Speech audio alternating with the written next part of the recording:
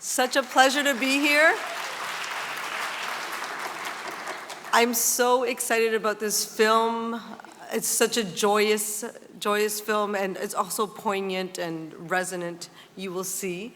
We're going to be seeing the new film by Peter Cattaneo, Military Wives, this morning.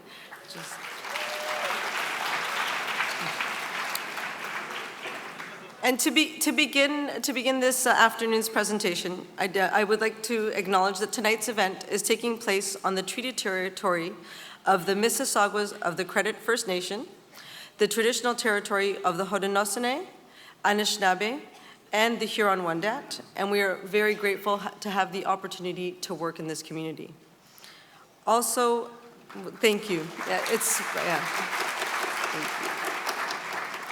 I'd like to also mention that the film is eligible for the Girls People's Choice Award, which you can vote for online at tiff.net/vote.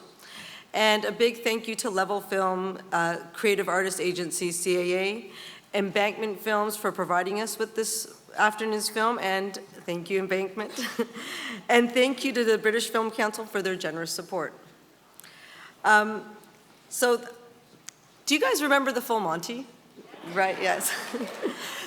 That was a debut, which is incredible. And Peter has made quite a few films since then, and he's got this great supporting team here. I have the producers of the film, The Military Wives, with me today. I'd like to bring them on the stage. Rory Aitken, Ben Pugh, and Piers Tempest. Please welcome them.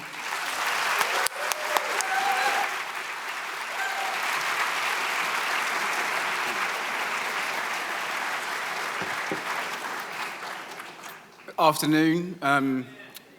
Thanks for being here for the world premiere of Military Wives. We're incredibly lucky to be showing it here in Toronto, so thank you, TIFF, for having us.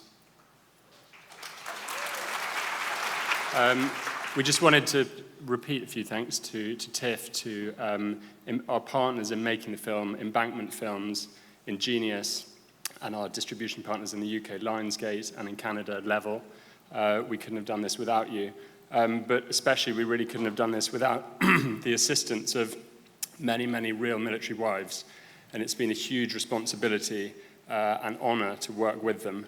And the moment we got this idea going, we couldn't have imagined a better director who immediately understood that responsibility and who could really find that emotional access point to these incredible women than Peter Cattaneo.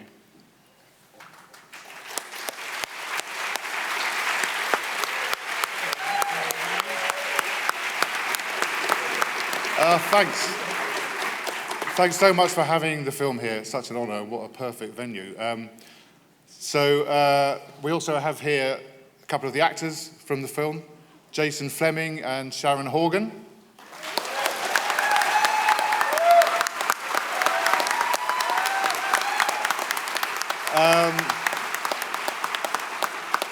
We met a lot of military wives along the way, and it felt like a real responsibility to tell their story in the best possible way. And the first thing they said to me when I sat after a choir rehearsal with some women up in Catterick was like, don't set us out as like meek little women hanging around waiting for our brave men. You know, we have quite a laugh. It's a tough life. We have quite a laugh, but the choir really is the center of our lives and really helps us get through these days. So just make sure you give it a few laughs along the way. So I hope you'll find that.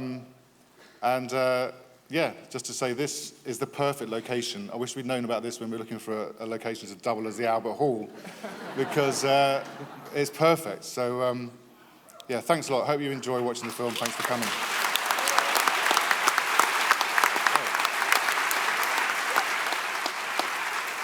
Thanks, everyone, and please stay. We're going to be having a Q&A with Peter and his team at the end. Enjoy the film.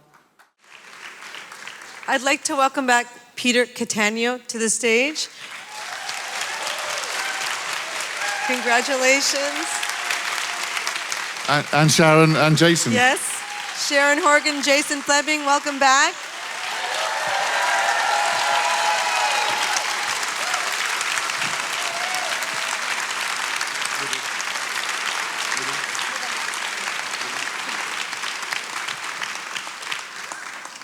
thanks for coming, everyone. That was very, very lovely to hear you all enjoy it. I think you enjoyed it. Thank you.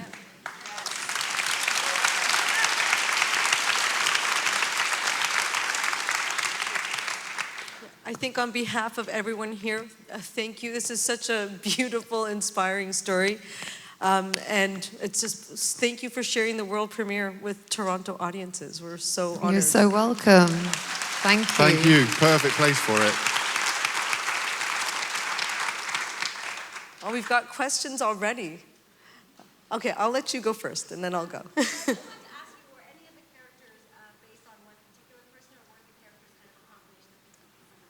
Right, I'm going to repeat the questions. So the questions is if the characters were based on actual real people or on several people, or where the inspiration for the characters came from. No, really. I mean, I heard with the writers, Rachel and Roseanne, a lot of stories. We met a lot of military wives. We compiled really lots of anecdotes and stories and details.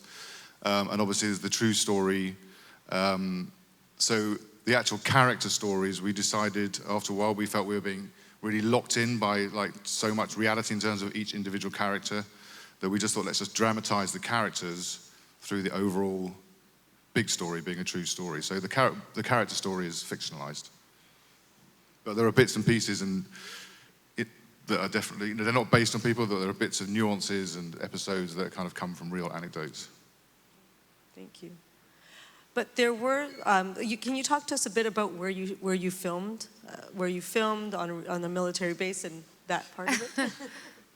We filmed on military bases. Yeah, no, it was great to really work with the military on the film actually and be close to military wives, and all the families you see in the crowd scenes are military families, and all the soldiers are soldiers, and even some of the incidental women in the shops and those kind of extras are all military wives. So it was really, you'd see them flicking through the script and you'd kind of think, oh God, what are they going to say, you know?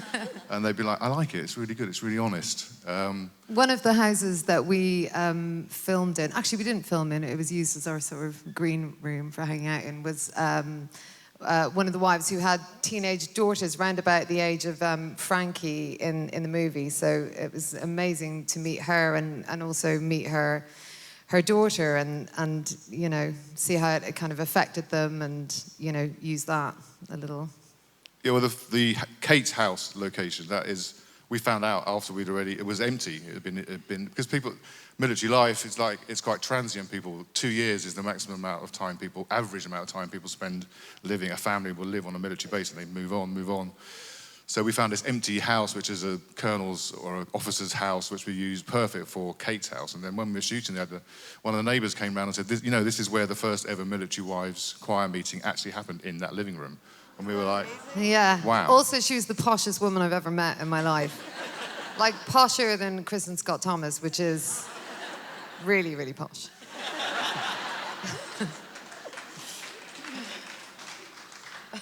Thank you. We have a question, yeah, right over here. Go ahead. No, wait. First of all, I want to just say the film was great.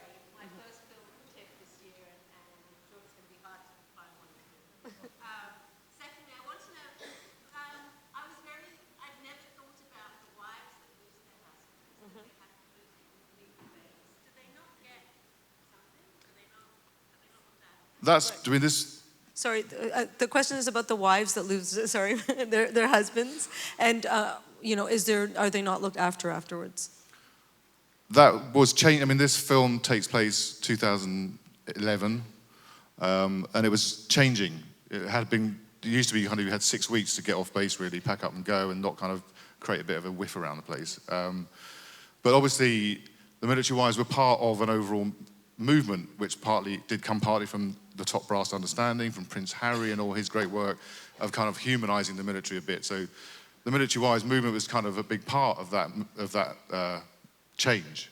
And so during the timeline of this film, there was pastoral care, there was welfare officers, and you know, you had time to leave the base when you were ready. But you know, there is only so much time you can stay on a base. But it's still harsh. I mean, even with that amount of pastoral care, you can't take away from how difficult and harsh that transition must be. Thank you. I have a question for Jason, because you're the only male with all these these female singers. What was that like? What was that like? What, making a film He with loved it. making a film with 42 women? He loved it so hard, didn't you? I did what I was told. A lot.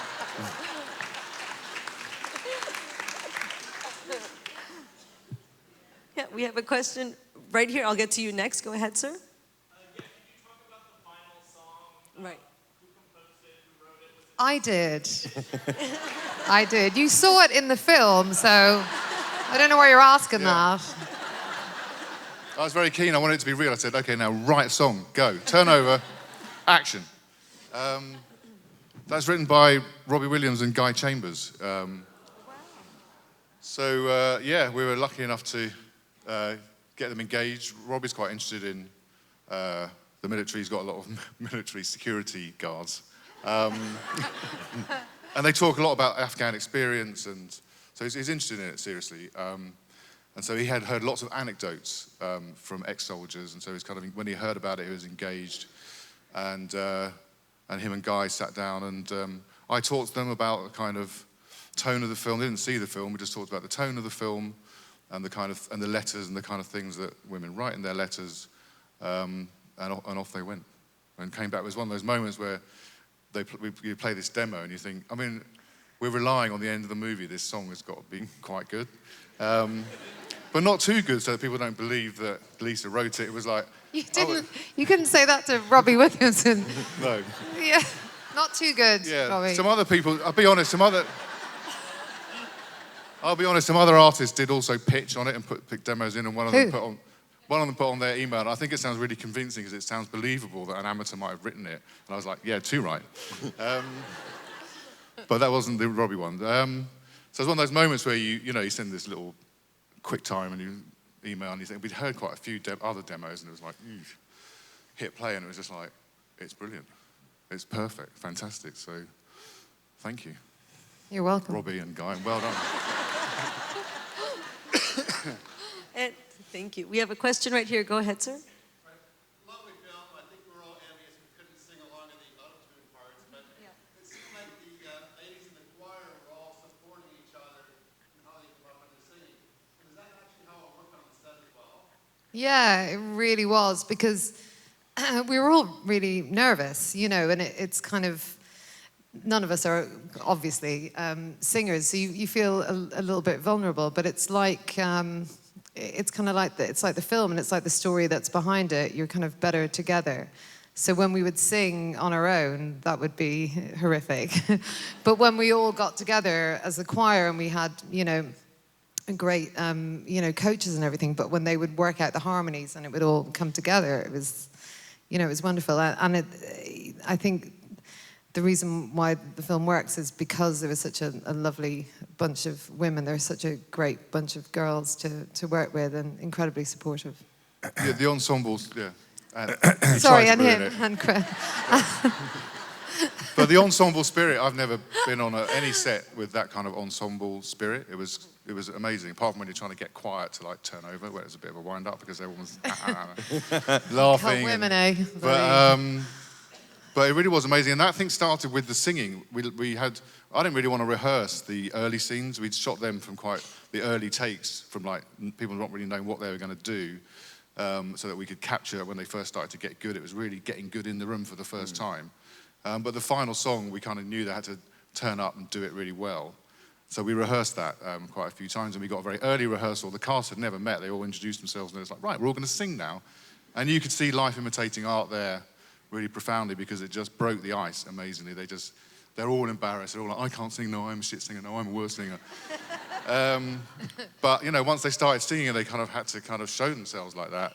They were bonded after one day, and then by the end of the shoot, they were such a bond. I've never seen anything like it. It was fun. They all ended up in one trailer. So you'd have all these trailers laid on for all the ensemble, and they'd all Hold on, what trailers? One. what trailers? No one told you about it. They did this really don't tell clever thing Jason. where they didn't give us any trailers, so we were all in a room together for 6 weeks. That's why we bonded. Sorry, Peter, go on. So So we have time for a final question, and we're going to go to the balcony. You want to go ahead? Yeah? Sure. Just wondering, how long did it take for all the women to bond together to sing that well? Like, was it something that was kind of rough at the beginning? And also, Sharon and Jason, what are your favorite karaoke songs to sing today? So favorite karaoke songs and the time it took for that bonding to happen. Anything by Dolly Parton. And Kenny Rogers. And can you do it now? How long did it take? I mean... Well, it evolved as we went along. We shot it out of schedule. I remember actually pitching to the whole production, like, let's do it in script order so the singing can develop. As I was saying it, I was thinking, this is never going to happen. Yeah. Because it's just logistically, you're in a location, you've got to get that location, you've got to get out of there. And so yeah, it kind of evolved as the shoot went on. We had a bit of rehearsal time. Sometimes we would do a quick rehearsal on rap or on call just to kind of take the curse off a song. But my main thing was like, don't rehearse, don't rehearse, don't rehearse. Let's just do it live, you know. And then the actors would kind of push back and go, can we just rehearse a little bit? We're actors, we can rehearse a bit of singing and then we could pretend to be bad. Rather than, because we're actors. So we did a bit of that, they got a bit better, and then we kind of pull it back. And most of my notes were like, less good, less good, less good is what I kept saying. But there's like 28 of the cast who are on a WhatsApp group who are desperate to hear how it went today. So I'll be glad to text them and let you all know.